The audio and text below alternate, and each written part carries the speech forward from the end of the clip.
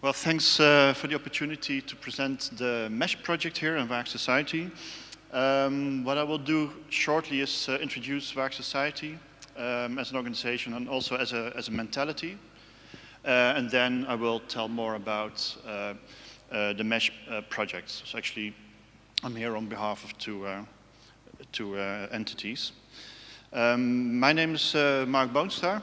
I'm a project manager at Vaak Society. I'm currently running, I think, about 10 projects there that differ from open design to open data to fair trade to bioart, biohacking, which already, I think, signifies a bit the broad dimensions of what we as Vaak Society are exploring in, the fields we are exploring.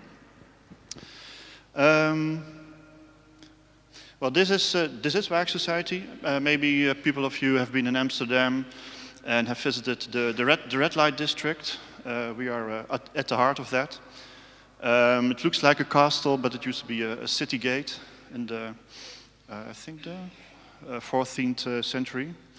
Now we're located here for our public programs, so our lectures, workshops and stuff. Our Fab Lab, we have a Fab Lab at Vaak Society, which is located there, which is like a central part and also an essential part of our mentality and thinking and approach of projects.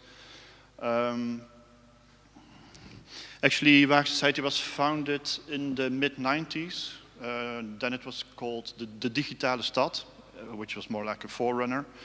And the Digitale Stad was involved in like the first public internet. So I mean, when internet became open for the public users, the Digitale Stad was one of the first, yeah, you might say, hubs, organizations to make it public.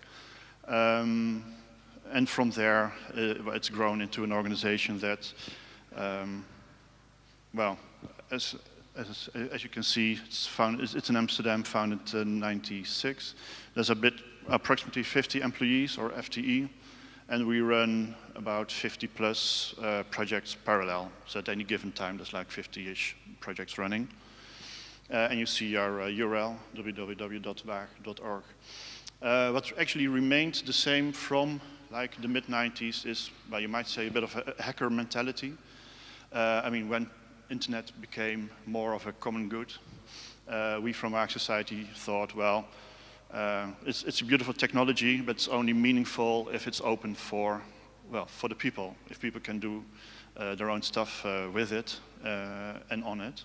And that's still our mentality.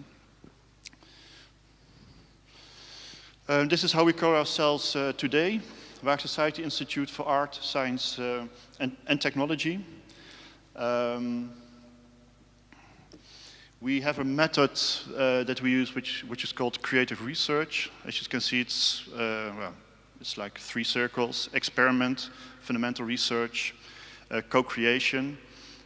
So working together with stakeholders, so that we're not only like making, how could you say, that we're not only on the experimental and offering side, but also that we're taking into account, the request. Is there someone who wants our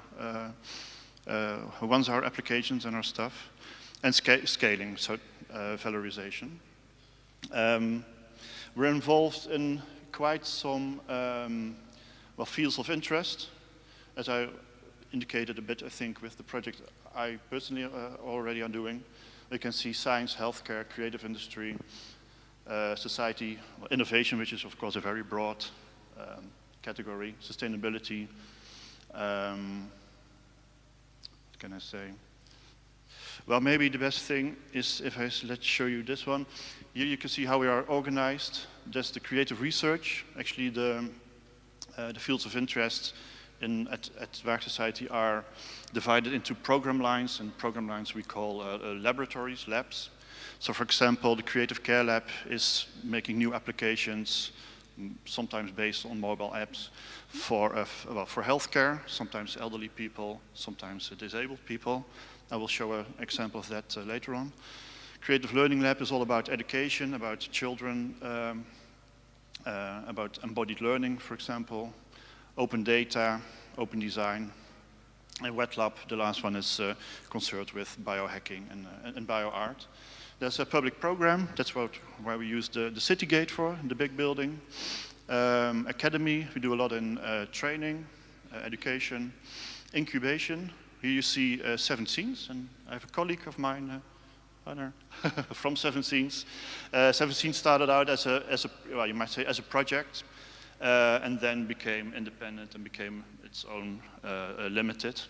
And there's more, well, actually there's more projects turning into separate entities after the project period. And facilitation, and there you also can see the Fab Lab Amsterdam. I want to show you a short clip of a project which we did, which is called the Self-Adjustable Prosthesis, which is a collaboration of Vaak Society and Fab Lab Amsterdam, and not only in Amsterdam but also in Yogyakarta. It's one of my projects, and I would like to show you the short clip just to share the mentality behind what we do. I don't know if this works. Yes.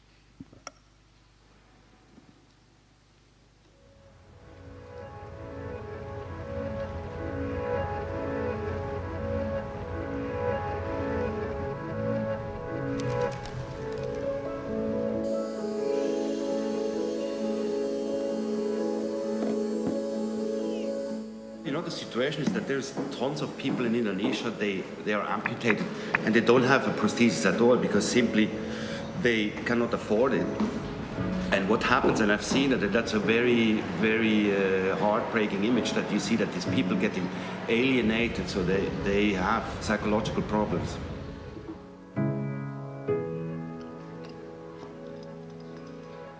That was when the idea was born that we should not only have a low-cost copy of a Western leg prosthesis, but we should put something extra into it.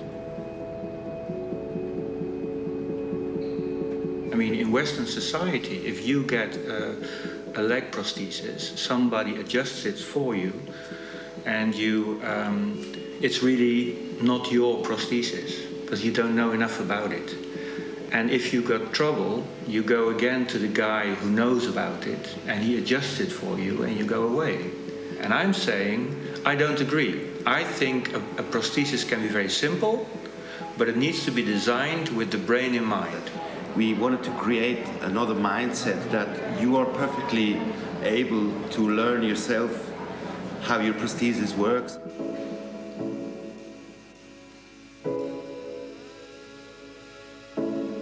But the challenge is that we're giving ourselves is to develop a prosthesis which can be adjusted without any tool. But it's really one of the key, which is bringing the adjustability to the hand of the user. I picked the idea up because I thought that's really an amazing application, so let's try to put it in the methodology of a Fab Lab. I think what Fab Labs do, really where they start doing things differently and where open design really comes into place, is that they are the interface between the real world and the physical world and the virtual world. Well, the idea is to put a kind of open source DIY kit how to make this prosthesis using local material. What can really be an advantage is a very advanced documentation, that even if you are missing a bit of knowledge, the documentation is really compensating the knowledge you are missing. And at the end, it doesn't matter if you are experienced or not, because you will get the right documentation to produce it yourself.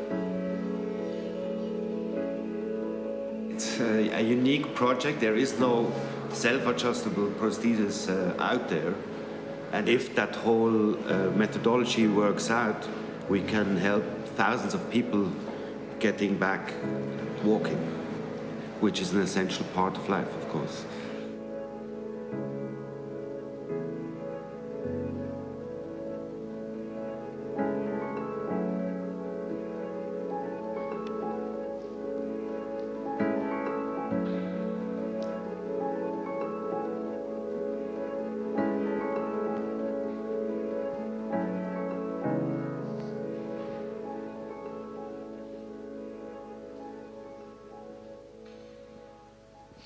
So this is an example of well, one of the healthcare projects, actually healthcare and open design projects that shows what we're actually all about. We're about users as designers, about co-creation, co-designing. So well, in this case, include the people with missing legs or missing parts of legs to be part of the designing process.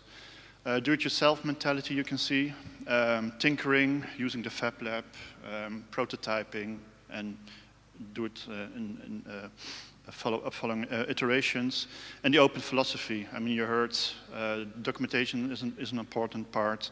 So if we've developed something, we want others to be able to use it and also improve it. So it's like the Creative Commons philosophy there.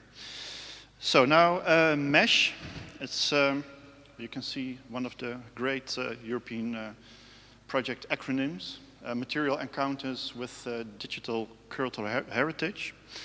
I'll start with some basics. It's a consortium of 12 partners from 6 countries, as you can see. It's led by Sheffield University from the UK. They're the coordinators. Project period is 4 years. Actually, we're at well, not on the not even midterm at the moment. There's still 2.5 years to go. It was funded by the European Committee Framework Program, FP7. Involved in MESH, you can see about research and development organizations like we are, Vark Society, universities, researchers, designers, technicians, museums and other cultural heritage institutes, curators, educators, etc. Public, of course, and the European Commission, because I mean heritage is all about identity, and European cultural heritage is all about European cultural identity. Well, MESH, the acronym again. I've highlighted some of the important terms within the description. Actually, we're designing tools for the creation of tangible interactive experiences, and that's like important. I mean, cultural heritage is about objects, and that's what we try to, can I say, feast within the project. But we want to connect the physical experience, the tangibility, the tactile character to the digital information that's also available. I mean, there's been a large digitalization being done within museums and other institutes, and we want to make those two interactive. So we will bridge the gap between the visitors' on-site experience, again the tactile experience, and the digital cultural heritage in online repositories and digital archives. We do this by ways of developing smart objects and intelligent spaces, which is actually also an object, but you can walk through that, and creating a platform which we call the authoring tool, with which to compose digital content to be embedded in these smart objects and spaces. So actually the public will experience the smart objects and the smart spaces. The curator or conservator of museums, they will be the ones that will do the authoring within this platform. We asked ourselves, how can you tell the story behind an object in a museum? Well, the classic way is to place a card next to an object or to refer to a catalog. The recent way is to have like audio tours or have explanations on your smartphone. And the mesh way, which we're of course still developing, is looking for new ways to further enhance the way we can tell the stories of objects. The core notions, and also part of our research, is embodied learning, materiality, tactile experience, and designing the tools.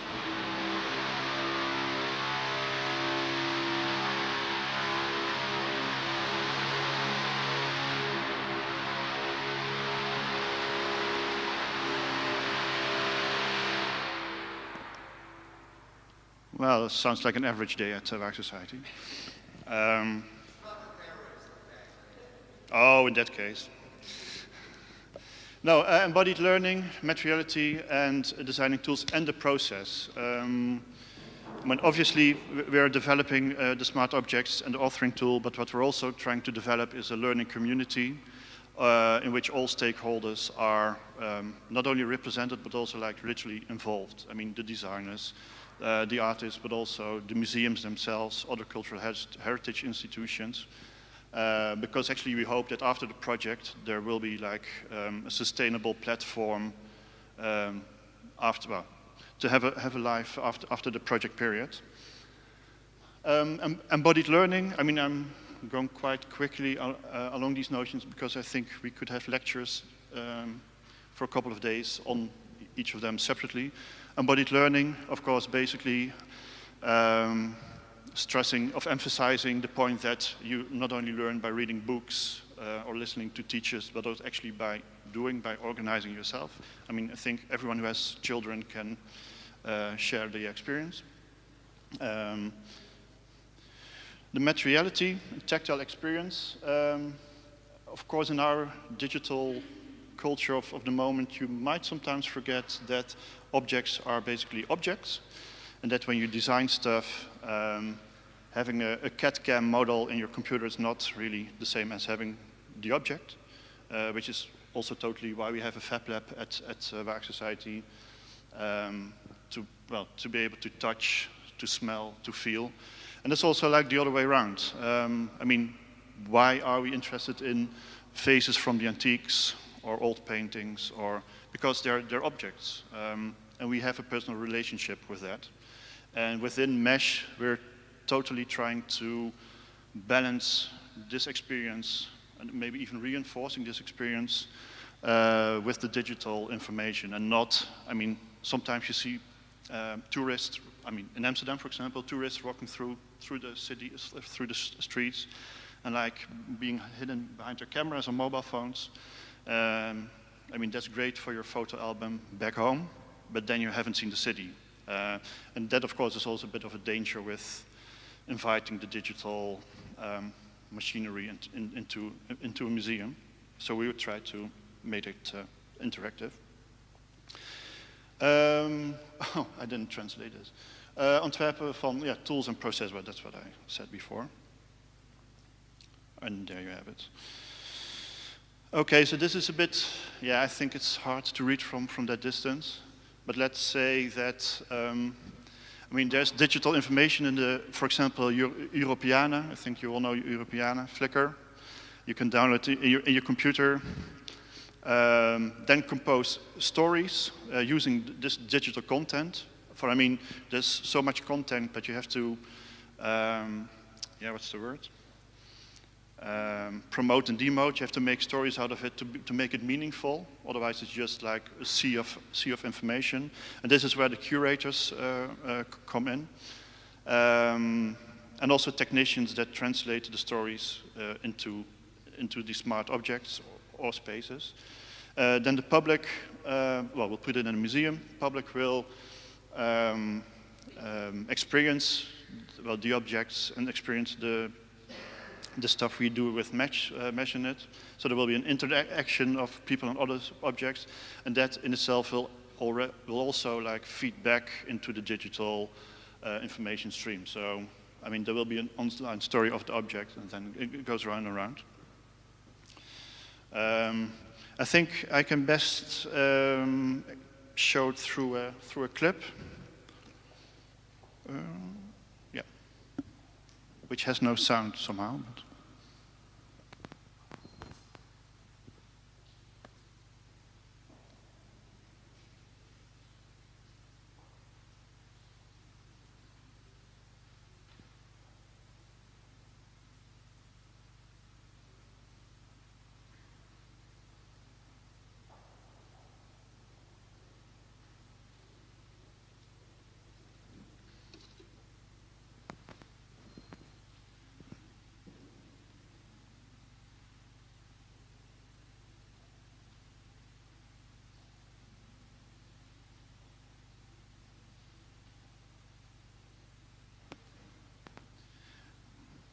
well, you see why there was chosen for the form of a loop, because it's, I mean, you could do it on a mobile phone and just look at your apparatus, but with a loop you have to really connect to the object and research, as you would do with, I don't know, a little insect in a loop. And you see it's with augmented reality that you get information layers.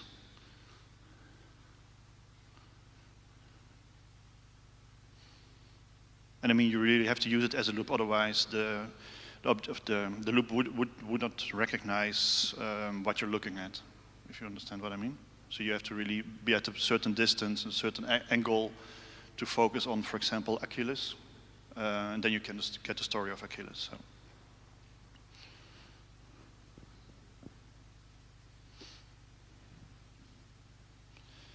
So this is one of the many prototypes, which was developed by Waag Society together with the Ellert Pearson Museum for Classical History in Amsterdam. So you see the approach, a bit similar to the prosthesis project, users as designers, do-it-yourself philosophy, and open. I mean, I think I explained this before. The process, I'm not going to tease you with a description of the 9 work packages. I think I better just show you a clip of a working session.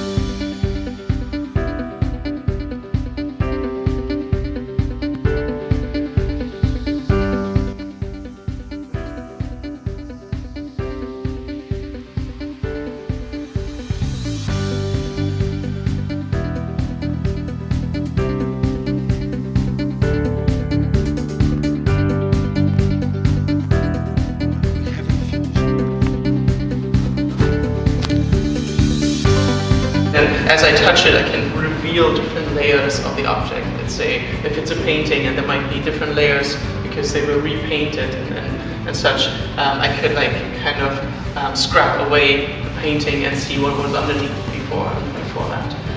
So it's really just, we wanted to just demonstrate this prototype. The content could be developed to link to another point, and then to another point, and to another point in the museum. So you create your path. So a more sophisticated version of this could be that it could guide you automatically. You wouldn't have to necessarily know where you're going. It could go from one to another to another. And that's predefined by you. So you could actually say, right, I want one group to go that way, one group to go that way, to allow flow through a museum, or to dictate maybe what they see along their way. So it's called the loop. It can give other layers of content, and we have a little demo with our personal collection.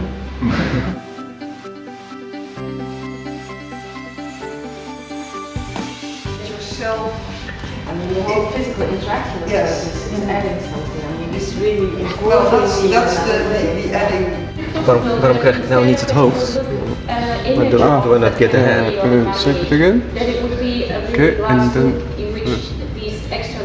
I have to place it really on that. Yeah, if the mummy was full size, it would work better. Yeah, I That is understand. smaller. So I have to match it. Yeah. Oh, nice. I'm not sure if I understand what you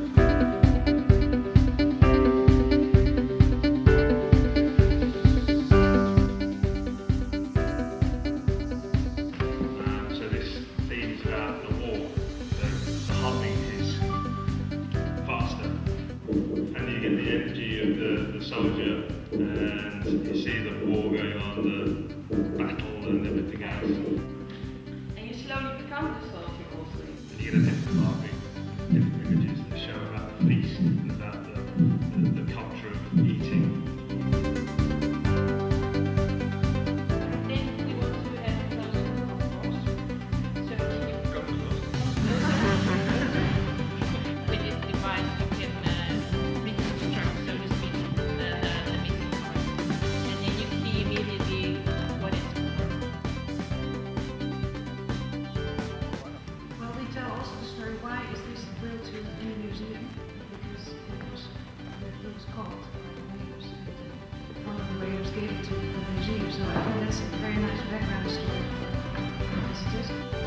finally ends with a kind of, let's say, takeaway message. So we go from the tooth to conservation of the whale in one exhibit. That's really brilliant, I think. What mood are you in? What do do you want a lazy Sunday afternoon in a museum? Do you want no text? I don't want to see any text today. Do you want to know more? Do you want to know more than a normal person would want to know? Do you want to be inspired?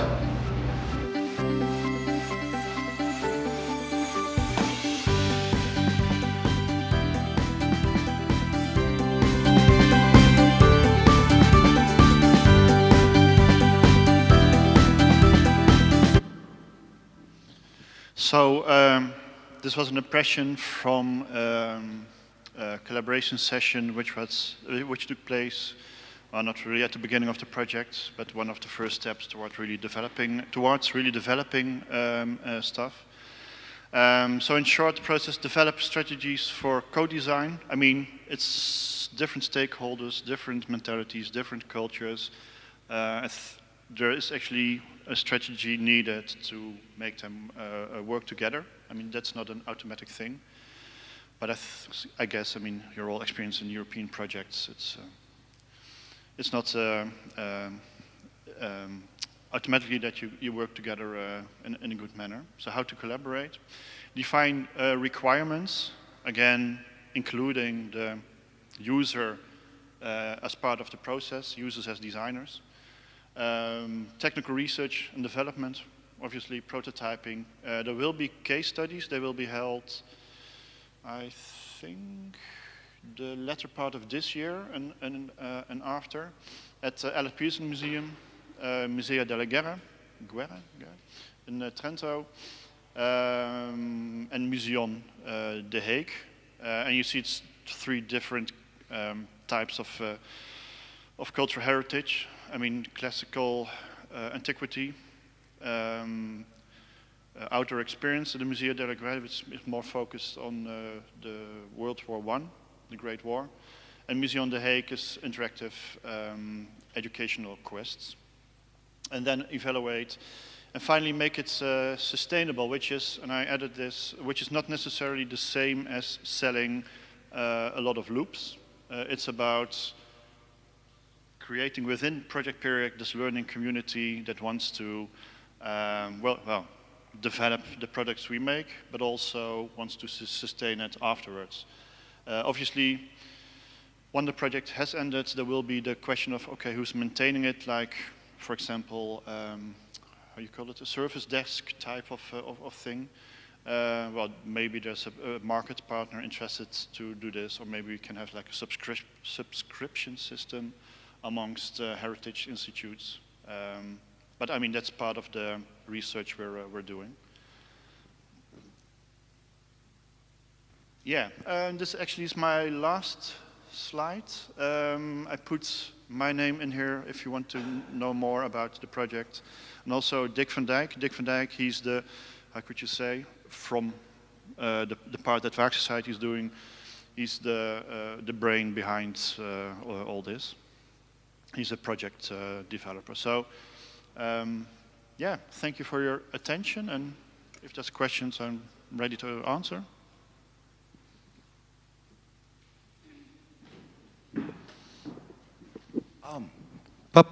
Thank you, Marc. Thanks a lot for this presentation, but we haven't finished yet. First of all, you mentioned you are all familiar with European projects. No, they are not. Oh. Let me introduce you to the public. We have students. Mm-hmm. We have representatives from museums and galleries, mainly young people, you see, they look beautiful. And experts who would like to be involved in such a project, but they are not working in European projects. They all know what European projects are. But what I would like to ask you, if you can explain how they can be involved in your projects, and what is your message to the public, which I just clarified? Please, Marc. Oh well, that's a large question. How you can get involved? Well, there's a lot of. Oh wow. There's a lot of prototyping going on. There's a lot of user. What is it called? Research going on. Actually, we also need a lot of input from parties like yourselves to come up with ideas and to help us with, well, maybe testing a loop, thinking about it, coming to one of the sessions we do. So I think that's the way you can be involved within the project, and that's also what would be good for us, because although I think within the project you have like a broad spectrum of stakeholders, somehow you always tend to end up within your own view. And for the students, actually there's quite a lot of internship possibilities at Werk Society. I mean, we do a lot with interns also within our European projects and also at Fab Lab. So you're more than welcome to help. Thank you. I mean, it's a bit of an open answer, but I think, yeah. Thank you very much, Marc. So you also the contact, and of course we are going to distribute all contacts between all of you.